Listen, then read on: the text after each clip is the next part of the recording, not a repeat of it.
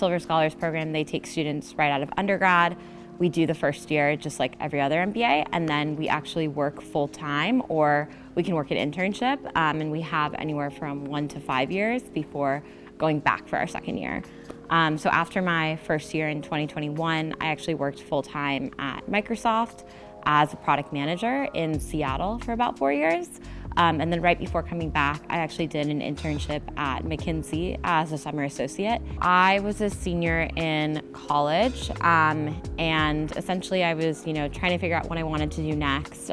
What I really wanted to do was get into product management, and I had studied engineering in college, so I felt like I had the technical background, but I didn't feel like I had the business experience to really kind of bridge that gap. And so when I heard about the Silver Scholars Program, I thought that was perfect for me, because then I could, get the core curriculum experience at Yale and really kind of learn about the fundamentals of business. And it worked out great. I feel like when I was at Microsoft, I was really able to kind of use a lot of my core experience and, think about how a product will affect not only the customers, but the business side, what it will do for revenue. One of the other things that I've been doing is I've been working on designing a line of women's jeans, actually. And so I have been kind of working and designing and prototyping while I was working full-time at Microsoft. And so I think one thing that I was also trying to figure out is whether that was something I wanted to pursue full-time or not.